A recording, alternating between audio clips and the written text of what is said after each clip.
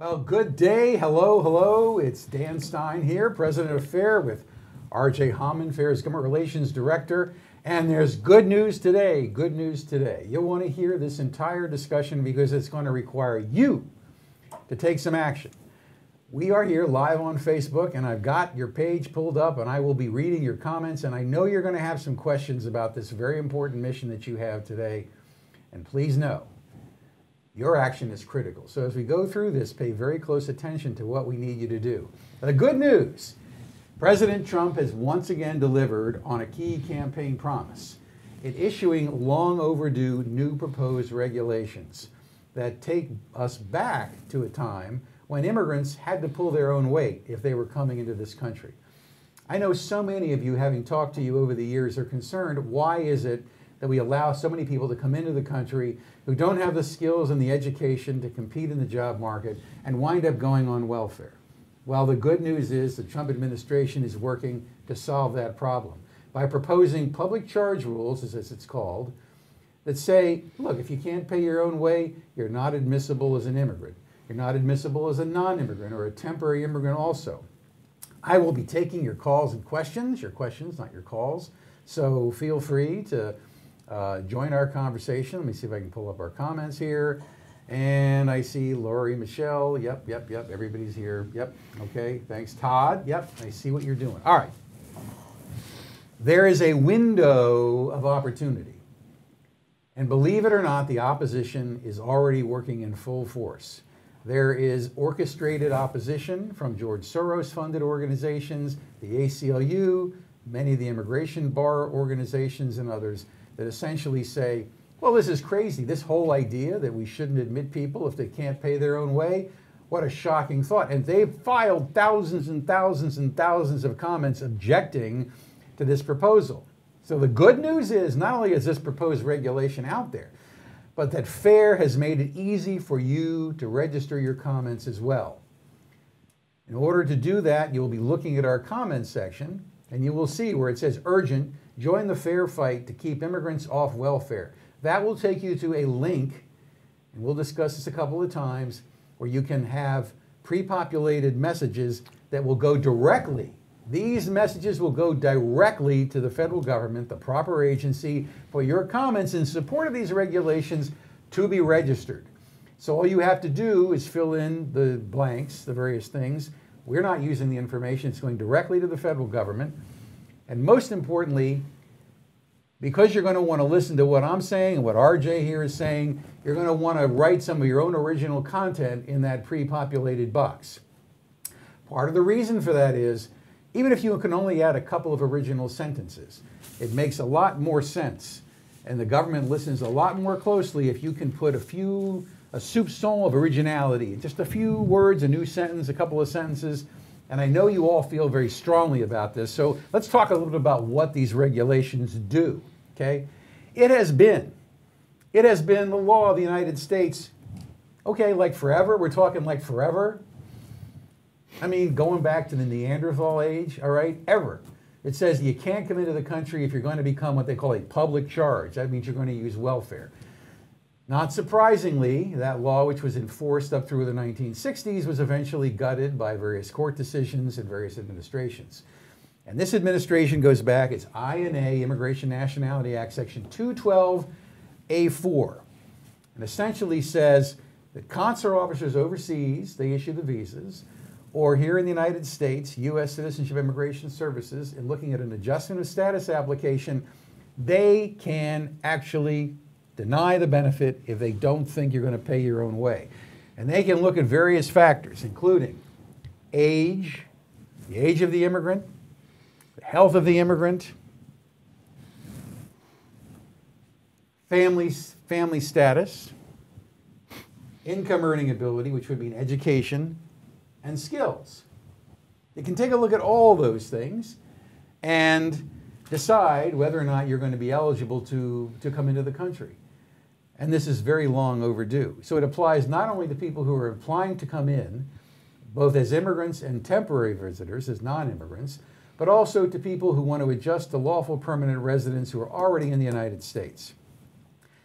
And it does not apply to refugees, asylees. It doesn't apply to certain special vulnerable populations, but it applies to the vast majority of intending immigrants, intending aliens who want to live here. They have established certain guidelines for how much in the way of benefits you can have. They have monetizable benefits. These are going to be certain kinds of cash benefits, and they base it on the federal poverty guidelines and come up with, in 2018, about $1,800 in federal benefits. And then they have non-monetizable benefits, which include things like Medicaid and Medicare, long-term disability, long-term institutionalization, and subsidized public housing. That's a big one. Non-cash, non-monetizable benefits. They still retain the option of imposing an enforceable public charge bond with sponsors. But unlike previous administrations, these bonds will be enforceable until such time as the alien becomes a citizen. This is huge. These are hugely important regulations. They will take us back to a time when we can make immigration great again. And RJ, what do you want to add to that? No, this is just a prime example of, I know there's a lot of frustration out there with many of you who did vote for President Trump on the immigration issue. You look at a lot of things Congress hasn't done, the wall's not being built, haven't defunded sanctuary cities, haven't made some changes to our legal immigration system by ending chain migration and things like that. But this public charge rule is a real shining example of something that the administration is trying to do that really has and makes fundamental necessary changes to our immigration system. This is very common sense. It's great for the American taxpayer. Our great research department here at FAIR, we actually looked at one of the programs that falls under this. So basically, if you are a public charge, that means you are using one or more of a monetized or non-monetized federal benefits. Again, food stamps, housing, Medicaid. Medicaid, one of the biggest costs that's driving our fiscal situation. We calculated it. If this rule went into effect, it would save $29 billion in Medicaid spending by the year 2030. Huge. That's just one program. So again, not only are we restoring the integrity of our immigration system and actually being choosy about who we let in, people that can support themselves, enrich our economy and the fabric of our nation, it's also good for the taxpayers, it's good for our bottom line, it's good for our fiscal sanity, especially when a lot of our welfare programs and other entitlements are already stretched thin enough as it is. So again, this is a welcome step by the administration. As Dan said, it is being met with a whirlwind of opposition. These open borders groups and that Dan mentioned, they were in opposition crying foul over this regulation when it was first even floated over the summer, before they even saw the text. They want to crush it in the cradle. Yeah, they already opposed it. So like Dan said, is they are using this public comment period to try to derail the administration's efforts here. And like we said, the administration is required by law to respond to each individual comment, each individual unique, emphasis on the word unique comment. Again, in the box, when you click our link that takes you, you just submit your comment through there to regulations.gov. It goes right through. We put a little prompt, some text in the box. We encourage you to edit it. Add your own things. Why do you think immigrants should be self-sufficient? Why do you think this is a good idea? Do you have personal experience? Again, are you paying into one of these programs? Do you have a unique insight on this new perspective to offer? The government does want to hear from you. And again, we're outnumbered on this issue. You even have all these health organizations, the open borders groups, everything, all of these people, full court press against this. They're calling it racist. They're calling it everything. And if we don't hear from you, if you don't comment, the administration is going to say, nobody's standing behind this. Nobody's supporting these regulations. Mm-hmm. James Cardwell, good comment. He said, these new regulations respect all immigrants who came legally. If you're tired Good point to make. If you're tired of seeing people come into the country and immediately get on food stamps, TANF, and other cash benefits and other things like that, these are the regulations you want to comment now. We will probably not see regulations like this proposed again if these do not succeed. And so the reality is, RJ and I are not going to be quiet until at least 1,000 of you have gone on our page and actually submitted comments. So that's going to take a little while, but we're doing pretty good so far. And everybody has been so good in the last 2 years. We had multiple DACA amnesty fights with spending bills, with the discharge petition. Fair members and supporters have made their voices heard at every step of the way in these big congressional fights. Now, I know this is something, commenting on a regulation, a little bit more under the radar. You're not reading it in the news. Just look at the link. But yeah, right no, there. it's easy. This is just as important. This is just as important as anything we've asked you to do. It might not be getting the amount of press and everything, but it's just as important. Kathy said, how do I go straight to the site? You click that link, Act Fair US, that will take you to a page that links directly to the site. You fill it out, hit the comments, and those go directly to the Federal Register page, and the comments, the official government comments.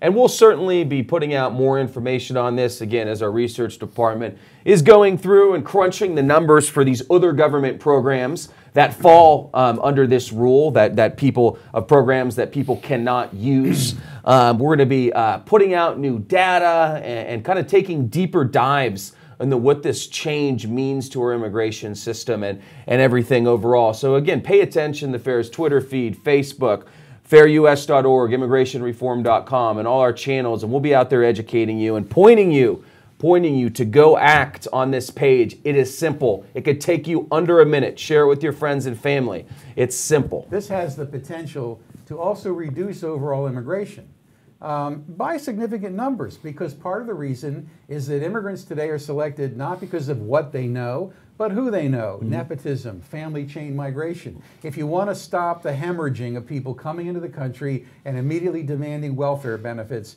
this is your time. This is the time to go to the page and make your comments and make the federal government aware of how you feel about these regulations. We know we have the support of millions of Americans around the country. We know that we have many people on Facebook who care about this issue. We know that this kind of engaged action opportunity is everything that we all have been promising. When you see those caravans coming from now Honduras, a new one, it's several thousand people already, you understand the magnet that attracts people here is often the immediate availability of all these federal benefits. Let's take a step toward a real solution, something that's actually going to work. These public charge rules have the potential to be a game changer. And so we need you to go to this page, look at the link, urgent, join the fight to keep immigrants off welfare. There's the link. You can act now. RJ? No, that's it. We encourage everybody to get out there. It's a quiet time up here in Washington. Congress is out. Your focus should be laser focused on this right now and helping the administration, giving them backup and the support they need. They went out on a limb here and made a real fundamental change. They're taking a ton of heat. Give them some backup. If you don't do this now, you will lose forever your right to complain when you see somebody who just came into the country using welfare, food stamps, TANF, other things like that. We really want to get your support on this. The administration is counting on you during this critical period of time. So take advantage of this easy opportunity. Again, if you can add a little of your own content to our pre-populated box unique. That has language, a little bit unique, maybe a sentence or two at the beginning that's your own, a sentence at the end, whatever you want to add, please take this opportunity to comment to the federal government. We promise we're not asking you for money today, maybe tomorrow, but right now what we're asking for is your citizen participation and activism to help immigration work for America once again, help restore the rule of law, and help restore fiscal sanity to America's immigration process. Anything else you want to add? That's it. All right, we're getting up there. I think we're probably close enough, but that doesn't mean you should let up. If you hear this in the rebroadcast, please go to this page. Join the fight to keep immigrants off welfare. We need your comments today. We need them for the next several weeks.